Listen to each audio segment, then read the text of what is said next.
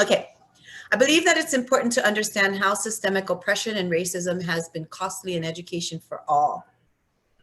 For educators of color, there are so many parts of our experiences constantly being extracted on so many levels. Examples: state school reports, OSPI data, federal research, Black History Month, STI, ethnic studies, teachers, principals, place-based learning, the list goes on. I lead with this because it is important to understand we were born into our beautiful Black, Brown, Indigenous lives. And we have navigated these same institutions, and for some of us, since the 60s, 70s, 80s, 90s, and yet here we are still having these same dialogues with not much change. I wanted to start with this because I believe that it is critical in understanding the important positions our educators of color hold in our schools and in their communities. There must be an understanding of their value and journey in a system that has cost them so much. Educators of color do not look at their profession as a job. This is life. This is our family. This is our future. This is survival. This is why we continue to allow our experiences, community relationships, information, and even our own energy to be extracted and even co opted while we remain invisible or credit is placed elsewhere. A great example of that is place based learning, land based learning. This is a way of learning that has been an indigenous way of knowing since time immemorial.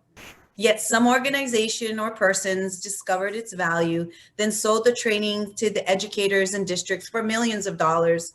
When indigenous educators deliver this method daily and have been in throughout their collective branches. Let's not forget about MLK, Indigenous Day, etc., just to name a few. How then does this same system retain and make desirable positions in education for new incoming while supporting those who have continued to survive? Educators of color need to be leading and supporting these movements. We have walked these pathways, found our way, and continue to heal while building at the same time.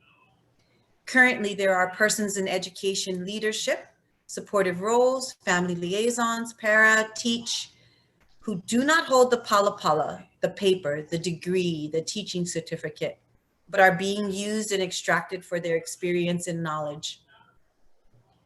When the question is asked again, how do we support and retain our educators of color? Please look at how the system has historically not supported educators of color and have extracted their rich cultural ways of knowing and their experiences.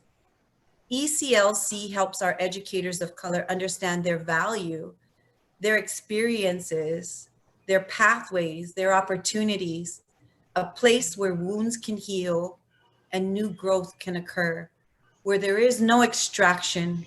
We are the foundation of the roots in growing our own new fruits.